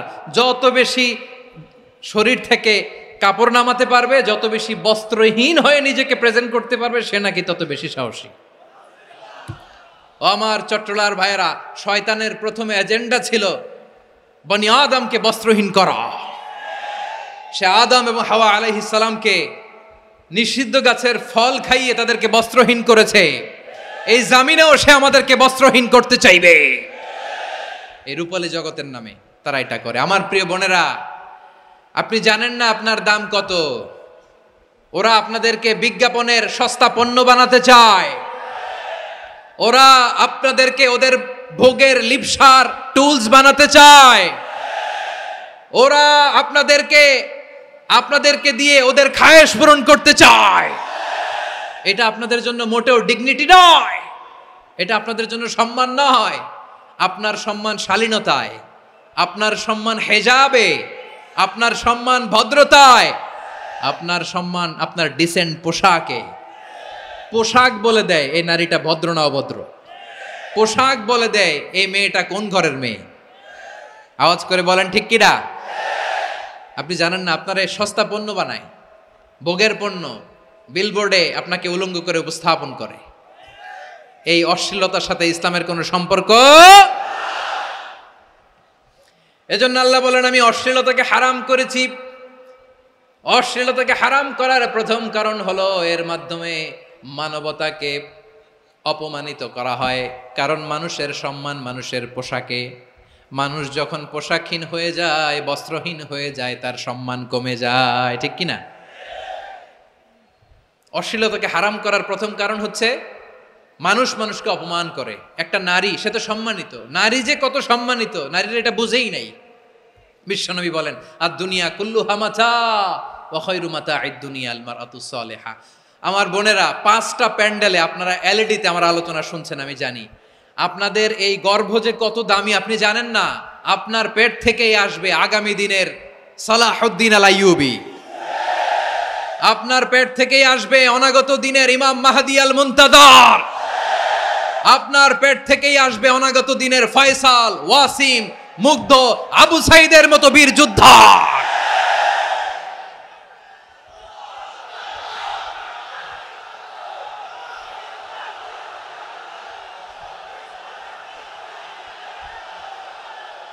আমার প্রিয় বোনেরা, আমার প্রিয় বোনেরা, বিশ্বনবীর কথার ওজন খেয়াল করেন। আর দুনিয়া কুল্লুহা মাতা ওয়া খায়রু মাতা'আদ দুনিয়াল মারআতুস সালিহা। দুনিয়ার সবকিছুই অ্যাসেট, এর মধ্যে সবচেয়ে দামি অ্যাসেট নেককার নারী। আপনার গর্ভ যে কত দামি আপনি জানেন না। নিজের সময়টাকে কাজে লাগান, কোরআন পড়েন, সুন্নাহ পড়েন। আপনার অনেক দায়িত্ব ঘরে। You are the MD of your family. একটা family it's a very big institution. পরিবার একটা অনেক বড় প্রতিষ্ঠান। And you are the MD of your institution. আপনি এই পরিবারের MD, managing director of your family. এখানে আপনার কত দায়িত্ব। আপনি ছেলে মেয়েদেরকে তারবিয়া করবেন, আপনি আপনার স্বামীর জন্য ঘরটারে জান্নাতের নীর বানাবেন, আপনার জন্য জান্নাতের ডুপ্লেক্স বাড়ি ওইখানে তৈরি করে রাখবে কে? আপনি যে কত দামি আপনি জানেন না। নারীদেরকে আল্লাহ বানিয়েছেন উচ্চতর করে, নিম্নতর নয়। নারীদেরকে ছোট্ট জিনিস দিলে এটারে বড় করে দেয়। নারীদেরকে ভ্রূণ দিলে, শুক্রাণু দিলে নারী এটারে বাচ্চা হিসেবে উপহার দেয়, ঠিক কিনা? বিয়ের মাধ্যমে স্বামী যখন তার শুক্রাণু তার স্ত্রীকে উপহার দেয়, স্ত্রী রিটার্নে কি উপহার দেয়? ফুল ফর্ম বেবি, মানব সন্তান। দেখছেন, আপনি দিলেন একটু, উনি দিছে বিশাল। আপনি যদি নারীকে বাজার এনে দেন, নারী এটাকে সুস্বাদু খাবারে রূপান্তর করে দেয়। আপনি তাকে একটা মুচকি হাসি দিয়ে দেন, সে তার কলিজা দিয়ে দেয়। কিন্তু যদি আপনি তার মনে কষ্ট দেন, সে আপনার জীবনকে জাহান্নাম বানায়া দেয়। খবর আছে, নারীর মন বুঝতে পারলে নেয়ামত, বুঝতে না পারলে কিয়ামত। ঠিক কিনা বলেন? আমার প্রিয় বোনেরা, আপনি যে কত দামি আপনি জানেন না। জানেন না আপনি কত দামি, অনেক দামি আপনি। আপনাদেরকে যেন ভোগের সস্তা পণ্য বানাতে না পারে, আপনাদেরকে সচেতন থাকতে হবে, সজাগ থাকতে হবে, কনসার্ন থাকতে হবে। শয়তানের ওই হাতছানির দিকে আর নজর দেওয়া যাবে না। তাহলে কেন আল্লাহ তাআলা এই ফাহশা, অশ্লীলতাকে হারাম করলেন? 1 নাম্বার, এতে হিউম্যান ডিগনিটি কমে। 2 নাম্বার, এতে মানুষের অধিকার নষ্ট হয়। আপনি বিয়ে করেছেন, এরে পরকিয়া করেন, ওর সাথে এরকম আছে না নাই? স্ত্রীর অধিকার নষ্ট করেছেন। আপনি বিবাহ সম্পর্কে আবদ্ধ হয়েছেন তার সাথে, আপনি পরকিয়া করেন ওই ছেলের সাথে, আপনি আপনার হাজবেন্ডের সাথে বিট্রে করেছেন। এজন্য আল্লাহ অশ্লীলতাকে হারাম করেছেন। অশ্লীলতাকে হারাম করার আরেকটা কারণ হচ্ছে আল্লাহ তাআলা এই হিউম্যান জেনারেশনকে এটাকে প্রিজার্ভ করতে চায়। হিফজুন নাসল, এটা মাকাসিদুশ শরিয়ার অনেক গুরুত্বপূর্ণ একটা মাকাসিদ, অনেক গুরুত্বপূর্ণ। আপনার নাসাল, আপনার জেনারেশনকে সংরক্ষণ করা। এই যে আসতেছে ফেব্রুয়ারি, কত ফেব্রুয়ারি জানো? এটা কি বিশ্ব ভালোবাসা দিবস? হ্যাঁ, কি দিবস? এই বিশ্ব ভালোবাসা দিবসের সাথে মুসলমানদের কোনো সম্পর্ক নাই। আমার প্রিয় ভাইরা, এই যে আপনি অবৈধ সম্পর্কে জড়ালেন, কেন আল্লাহ অশ্লীলতাকে হারাম করেছে দেখেন। বলতেছিলাম যে এটা আপনার নাসাল, আপনার জেনারেশন, আপনার লিনিয়েজ, আপনার বংশকে প্রিজার্ভ করা। কে কার বাবা, কে কার মা, বাবা মা জানা, প্রজন্মকে প্রিজার্ভ করা, এটা ইসলাম ওয়াজিব করে দিয়েছে। এই যে অবৈধ সম্পর্কের কারণে, বিশ্ব বেহায়া দিবসের কারণে, এগুলোর আউটকাম, আউটপুট হিসেবে মাঝে মাঝে এই ঢাকা মেডিকেলের ডাস্টবিনে নবজাতকের বাচ্চার কান্নার আওয়াজ শুনতে পাওয়া যায়। চট্টগ্রাম মেডিকেলের ডাস্টবিনে নবজাতকের কান্না শুনতে পাওয়া যায়। বীর চট্টলার মুসলমানেরা বুঝতে পারলে আওয়াজ করে বলেন, এই যে চট্টগ্রাম মেডিকেলে যে নবজাতকটা পাওয়া গেল, ওর বাবাকে আমাকে বলেন, ওর বাবাকে, ওর মাকে, ও কোন ফ্যামিলির সন্তান কেউ জানে? আপনি হিউম্যান ডিগনিটিকে অপমান করেছেন না? আপনি তার ভবিষ্যৎকে অন্ধকার করেছেন না? আপনি তার লিনিয়েজকে প্রশ্নবিদ্ধ করে দিয়েছেন না? এই জন্য আল্লাহ তাআলা অশ্লীলতাকে আমাদের জন্য হারাম করে দিয়েছেন। পড়েন সুবহানাল্লাহ। এই জন্য রাব্বুল আলামিন বলেন, কুল ইন্নামা হারামা রাব্বিয়াল ফাওয়াহিশা মা যাহারা মিনহা ওয়া মা বাতান। প্রকাশ্য অপ্রকাশ্য সব অশ্লীলতাকে হারাম ঘোষণা করে দিয়েছে কে? আবার দুনিয়ার বুকে যারা অশ্লীলতার প্রসার করে তাদের জন্য শাস্তি মজুদ রেখেছে কে? রব্বুল আলামিন বলেন, ইন্নাল্লাযীনা ইউহিব্বুনা আন তাশিআল ফাহিশাতু ফিল্লাযীনা আমানু লাহুম আযাবুন আলীমুন ফিদ দুনিয়া ওয়াল আখিরাতি ওয়াল্লাহু ইয়ালামু ওয়া আনতুম লা তা'লামুন।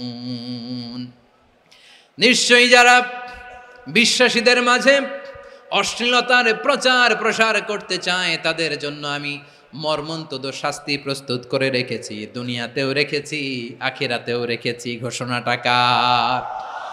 যারা এই নাটকের নামে, সিনেমার নামে, রূপালী জগতের নামে, মুভির নামে, ওটিটি প্ল্যাটফর্মের নামে আমার সমাজে অশ্লীলতা ছড়াতে চায় তাদের জন্য কঠিন মর্মন্তুদ শাস্তি মজুদ রেখে দিয়েছে কে? ও আমার বোনেরা, এখনো আপনি জাগবেন না?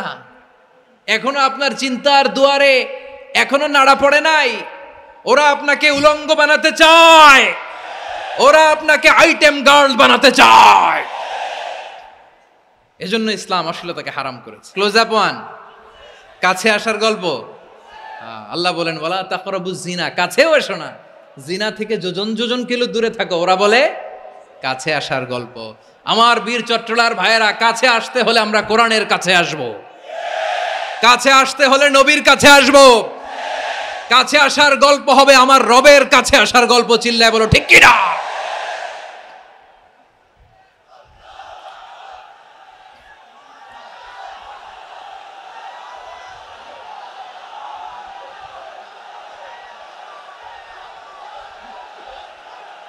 বসুন বসুন আমার ভাইয়েরা। তাহলে অশ্লীলতার সাথে আমাদের কোনো সম্পর্ক? সবাই বলতে পারেননি, আওয়াজ করে বলুন, অশ্লীলতার সাথে আমাদের কোনো সম্পর্ক? আমরা এই সমস্ত ক্লোজ আপ ওয়ান, কাছে আসার গল্পের প্রোগ্রামে যাব? আমরা কোন ধরনের অশ্লীল কন্টেন্ট সোশ্যাল মিডিয়ায়, টিভিতে দেখব? কি যুগ যে আমরা কাটাচ্ছি আপনি কল্পনা করতে পারবেন না। পর্ন ইন্ডাস্ট্রি, নারী পুরুষের বস্ত্রহীন যুগল দৃশ্য, এটাকে দিয়ে ওরা কোটি ডলারের ইন্ডাস্ট্রি বানিয়েছে। পুরো মানব ইতিহাসে এরকম জঘন্য সময় মানব ইতিহাস পার করে নাই। পর্ন এটা ইন্ডাস্ট্রি হয়ে গেছে। আমাদের এই যুবকগুলো, জেনজিগুলো, ওদের চরিত্র বাঁচাবে কি করে? কেমন করে হেফাজত করবে ওদের এই মূল্যবান চরিত্র? আমার প্রিয় ভাইয়েরা, এই অশ্লীলতার দ্য লেটেস্ট ভার্সন হচ্ছে LGBTQ, শরীফ থেকে শরীফা। শুনছেন আপনারা? দেখতে পুরুষ, আসলেই পুরুষ, সুস্থ একজন পুরুষ, 4 সন্তানের বাবা, বলে আমি মনে মনে নারী। দেখতে নারী, সুস্থ নারী, আসলেই সে দিব্যি একজন নারী, বলে আমি মনে মনে পুরুষ। সবচেয়ে ভয়ঙ্কর অশ্লীলতার সবচাইতে লেটেস্ট ভার্সন হচ্ছে এই ট্রান্সজেন্ডারিজম। সুস্থ পুরুষ তার বায়োলজিক্যাল গ্রোথকে হরমোন দিয়ে স্টপ করে দিয়ে সে সার্জারি করে নারী হতে চায়, সুস্থ নারী পুরুষ হতে চায়। পুরুষ পুরুষের প্রতি সেক্সুয়ালি আকর্ষণ বোধ করে, এটা লূত আলাইহিস সালামের কওমের মধ্যে ছিল। এটাকেও আল্লাহ কোরআনে ফাহিশা বলেছেন। ওয়ালুতান ইয ক্বালা লিকাওমিহি আতাতুনাল ফাহিশাতা মা সাবাকাকুম বিহা মিন আহাদিম মিনাল আলামিন। লূত আলাইহিস সালাম বললেন, তোমরা কি এমন এক অশ্লীল কার্যক্রমে ডুব দিলে নাকি যেটা গোটা বিশ্বের কেউ কখনো করে নাই, তোমরাই প্রথম করেছো। পড়েন নাউযুবিল্লাহ। এই পশ্চিমের এই রোগ আমার দেশে যেন আসতে না পারে, আমাদের সজাগ থাকতে হবে। প্রিয় ভাইরা, চিল্লায় বলেন ঠিক কি না?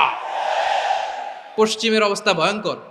পাশ্চাত্যে, আমি যুক্তরাষ্ট্রে ছিলাম অনেকদিন, কয়েক মাস, বিভিন্ন স্টেটে ঘুরেছি। গার্ডিয়ানরা উদ্বিগ্ন, ছেলে মেয়েদেরকে, ছোট্ট ছেলে মেয়ে, ওদেরকে জিজ্ঞেস করে, তুমি how do you feel right now inside yourself? তুমি ভিতরে ভিতরে কেমন ফিল করো? তোমার কি ছেলে ছেলে লাগে না মেয়ে মেয়ে লাগে? আচ্ছা বলেন, এই ছোট্ট বাচ্চাটাও কি এগুলো জেন্ডার অ্যাসাইনমেন্ট বলতে এগুলো কিছু বুঝে? এইভাবে মিসগাইড করা হচ্ছে। কৌতূহল বশত ছোট্ট ছেলে যদি বলে আমার তো মেয়ে মেয়ে লাগে, তখন বলে যে না তুমি মেয়ে, ছেলে না। মা বাবা বাধা দিলে ওকে আলাদা গভর্নমেন্ট হাউসে নিয়ে যায়। ভয়ঙ্করতম অবস্থা। আমরা একটা সময়ে শুনতাম যে হুজুর আমার ছেলেটা খুব ভালো, হাফেজে কোরআন, আল্লাহওয়ালা। হুজুর আমার ছেলে দাড়ি রাখছে, আল্লাহওয়ালা। হুজুর আমার ছেলে 5 ওয়াক্ত সালাত জামাতের সাথে পড়ে, তার মানে আল্লাহওয়ালা। পশ্চিমে যে আমি কি শুনছি জানেন? ওরা বলে হুজুর আমার ছেলেটা ইউনিভার্সিটির একটা মেয়ের সাথে প্রেম করে, ও খুব আল্লাহওয়ালা, হুজুর দোয়া করবেন। এর কারণ ওদের কাছে আল্লাহওয়ালার ক্রাইটেরিয়া হচ্ছে হুজুর আমার ছেলেটা আরেক ছেলের পছন্দ করে নাই, আমার মেয়েটা আরেক মেয়েকে ভালোবাসে নাই, এজন্য আমার ছেলেটা আল্লাহওয়ালা, হুজুর ওর জন্য একটু দোয়া করে দিয়েন। কি চ্যালেঞ্জ ওরা ফেস করতেছে। ওনার ছেলে যে আরেক ছেলেরে বিয়ে করবে না, এটাতেই উনি খুশি যে আলহামদুলিল্লাহ আমার ছেলেটা একটা মেয়েরে ভালোবাসে, আমার মেয়েটা একটা ছেলেরে ভালোবাসে, মানে এটা খুব আল্লাহওয়ালা। নাউজুবিল্লাহ পড়তে পারলেন না? এজন্য অশ্লীলতার সাথে আমাদের কোনো সম্পর্ক। রব্বুল আলামিন বলেন ওয়ায়ানহা আনিল ফাহশাই ওয়াল মুনকারি ওয়াল বাগি, তিনটা জিনিসকে আমি নিষিদ্ধ করলাম। এক নাম্বার হলো ফাহশা, অশ্লীলতা। 2 নম্বরে হলো মুনকার, সমস্ত মন্দ কাজ। আপনাদের মনোযোগ আছে না? শেষ করে দিব? আর 2-1 মিনিট শুনবেন? আচ্ছা বলি তাহলে, আর 2-1 মিনিট। তাহলে নিষেধাজ্ঞা জারি করেছেন 3টা জিনিসের উপর। 1 নাম্বার কি? ফাহশা, অশ্লীলতা। 2 নাম্বার মুনকার। মুনকার মানে হচ্ছে যত মন্দ কাজ, খারাপ কাজ, বাজে কাজ, এটার বলে মুনকার। এটার কি বলে? আপনারা পড়ছেন না তা'মুরুনা বিল মা'রুফি ওয়া তানহাউনা আনিল মুনকার। ভালো কাজের আদেশ, সৎ কাজের আদেশ, অসৎ কাজের নিষেধ। মুনকার, মুনকার হচ্ছে মানুষের স্বাভাবিক বিবেকবোধ যেটাকে খারাপ বলে, ওইটাই মুনকার। পৃথিবীর সব আসমানি গ্রন্থ যেটাকে খারাপ বলেছে, মানুষের স্বাভাবিক বিবেকবোধ যেটাকে খারাপ বলেছে, এগুলো সব মুনকার। যেমন ইফটিজিং, এটা কি ভালো না খারাপ? মজুদদারি, খাদ্যে ভেজাল দেওয়া, ওজনে কম দেওয়া, মাছে ফরমালিন মিশানো, চাঁদাবাজি, টেন্ডারবাজি, দখলবাজি, এগুলো আমাদের স্বাভাবিক বিবেকেই বলে এগুলো খারাপ, এগুলো হচ্ছে মুনকার। আল্লাহ তাআলা এই মুনকার থেকে আমাদেরকে বেঁচে থাকতে বলেন, আর শয়তান এই মুনকারের প্রতি আমাদেরকে উদ্বুদ্ধ করে। আল্লাহ তাআলা বললেন ইয়া আইয়ুহাল্লাযীনা আমানু লা তাত্তাবিউ খুতুওয়াতিশ শাইতান ফাইন ওয়া মান ইয়াত্তাবি' খুতুওয়াতিশ শাইতানি ফাইন্নাহু ইয়া'মুরু বিল ফাহশাই ওয়াল মুনকার। আল্লাহ বললেন ও আমার গোলামেরা শোনো শোনো, ও আমার বিশ্বাসী বান্দারা খবরদার, তোমরা কশিনকালেও শয়তানের পদাঙ্ক অনুসরণ করবে না, কারণ শয়তান তোমাদেরকে অশ্লীলতা এবং মন্দ কাজের দিকে উদ্বুদ্ধ করে। আমাদের কাজ হচ্ছে শয়তান আমাদেরকে যেদিকে নিতে চায় আমরা তার উল্টা দিকে যাব, ঠিক কিনা বলেন? শয়তান এই মন্দ কাজকে আমাদের কাছে বিউটিফাই করে, চাকচিক্যময় করে আমাদের সামনে উপস্থাপন করে। এজন্য আল্লাহ বলেন মুনকারকে থামাতে হবে, মুনকার প্রতিরোধ করতে হবে। মুনকার প্রতিরোধের দায়িত্ব শুধু আমাদের নাকি? শুধু আপনার খতিব সাহেবের, ইমাম সাহেবের, নাকি মুসলিম উম্মার সবার? আওয়াজ করে বলুন, মুনকার অসৎ কাজ প্রতিরোধের দায়িত্ব কার? রাব্বুল আলামিন বলেন কুনতুম খায়রা উম্মাতিন উখরিজাত লিন-নাসি তা'মুরুনা বিল মা'রুফি ওয়া তানহাউনা আনিল মুনকার। তোমাদেরকে শ্রেষ্ঠ জাতি করে জমিনের মধ্যে আবির্ভূত করা হয়েছে, যাতে করে তোমরা জমিনের ভেতরে সৎ কাজের আদেশ করতে পারো আর অসৎ কাজের নিষেধ করতে পারো। উম্মাহ কুনতুম খায়রা, তাহলে গোটা উম্মার দায়িত্ব, এটা বুঝতে পারছেন তো? আচ্ছা আরো নিচে আসেন। এরপরে আল্লাহ বললেন শুধু উম্মাহ না, এই জমিনের রাজত্ব আমি যাদের হাতে দেই, এই জমিনের মালিক আমি যাদেরকে বানিয়ে দেই, যাদেরকে আমি সরকারের দায়িত্ব দেই, তাদেরকেও মুনকার প্রতিরোধের দায়িত্ব দিয়েছে কে? আল্লাহ বলেন যারা ক্ষমতার মসনদে বসেছে তাদেরকে 4 দফা কর্মসূচি আমি আল্লাহ দিলাম। আওয়াজ করে বলেন কয় দফা? আল্লাহ বলেন আল্লাযীনা ইম্মাক্কান্নাহুম ফিল আরদি আকামুস সালাতা ওয়া আতাউয যাকাতা ওয়া আমারু বিল মা'রুফি ওয়া নাহাউ আনিল মুনকার ওয়ালিল্লাহি আকিবাতুল উমুর।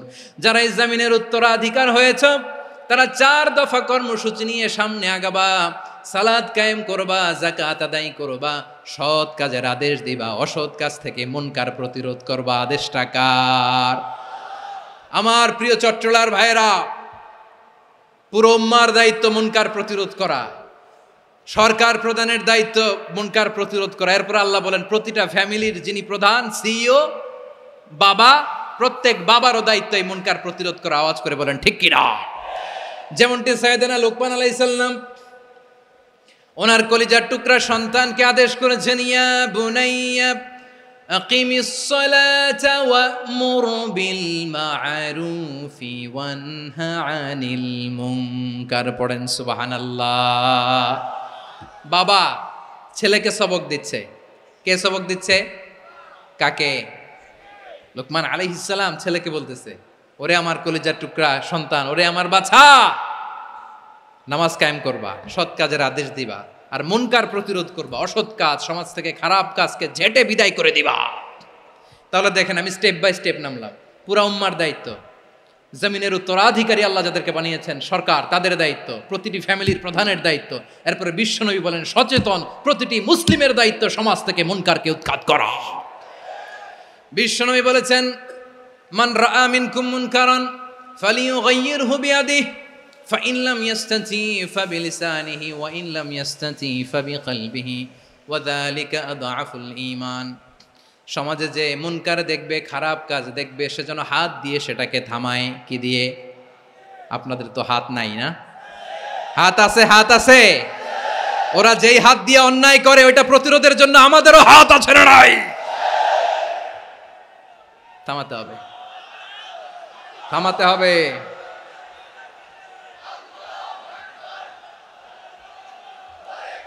বসুন আমার প্রিয় ভাইয়েরা, ওরা ওদের যেই হাত দিয়ে টেন্ডারবাজি করে, চাঁদাবাজি করে, ইফটিজিং করে, দখলবাজি করে, যেই হাত দিয়ে, ওই মুনকার থামায় দেওয়ার জন্য আল্লাহর দেয়া আমাদেরও দুটি হাত আছে না নাই? আমাদেরও হাত আছে। থামাইতে হবে, থামাইতে হবে, হিম্মত করতে হবে। আমার প্রিয় ভাইরা, না থামালে আমরাই ডুববো শেষমেশ। আমাদের বাঁচার জন্য হইলেও থামাইতে হবে। রব্বুল আলামিন বলেন, ওয়াত্তাকু ফিতনাতাল লা তুসিবান্নাল্লাযীনা যালামু মিনকুম খাসসা। ও আমার গোলামেরা, ওই আযাবকে ভয় করো যে আযাব যখন আমি জমিনের বুকে পাঠাই শুধু জালেমদেরকেই মারি না, আলেমদেরকেও মারি। আযাব যখন আসে তখন শুধু জালিমই মরে না, আলেমও মরে। জানেন মুসা আলাইহিস সালামের পায়ে একবার একটা লাল পোকা কামড় দিয়েছে, লাল পিঁপড়া। লাল পিঁপড়া কামড় দিলে খুব আরাম লাগে না? কি লাগে? হ্যাঁ, জলে না? লাল একটা পিঁপড়া কামড় দিছে, তো উনি রেগে মেগে পাশি দেখে লাল পিঁপড়ার বাসা, পা দিয়ে ডলে মুছে সবগুলো পিঁপড়া মেরে ফেলছে। এই ঘটনাটা আল্লাহ ঘটিয়েছেন এজন্য। মুসা আলাইহিস সালাম ছিলেন কালিমুল্লাহ, সরাসরি আল্লাহর সাথে কথা বলতেন। তিনি আল্লাহকে জিজ্ঞেস করেছিলেন, আল্লাহ তুমি যখন কোনো জনপদে আযাব পাঠাও, শাস্তি দাও, ওখানকার শুধু জালেমরাই তো মরে না, ভালো মানুষগুলাও মরে, তো আযাব দিবা মুশরিকদের উপর দিবা, অবাধ্যদের উপর দিবা, ভালো মানুষগুলারে মারো কেন? আল্লাহ বললেন, মুসা তোমার যে কামড় দিছিল পায়ের মধ্যে পিঁপড়া, কয়টা পিঁপড়া? জোরে বলেন। একটা পিঁপড়া, তো সবগুলারে মারলা কেন? রেগে মেগে পুরো পিঁপড়ার বাসা ভেঙে মেসাকার করলা কেন? এই মুসা, আমি যখন অ্যাকশনে যাই, আমি যখন শাস্তি দেই, তখন এত বাস বিচার করা হয় না, বাস বিচার করা যায় না। যখন অ্যাকশনে যাওয়া হয় ওইটা ডাইরেক্ট অ্যাকশন হয়ে যায়। চিল্লায় বলো ঠিক কিনা? এজন্য আমাদের বাঁচার জন্য হলেও এই পাপ থামাতে হবে, এই শয়তানের অট্টহাসি থামাতে হবে, অন্যায় অপরাধ সমাজ থেকে আমাদের থামাতে হবে। কারণ আযাব আসলে ওরাও মরবে, আমরাও মরবো।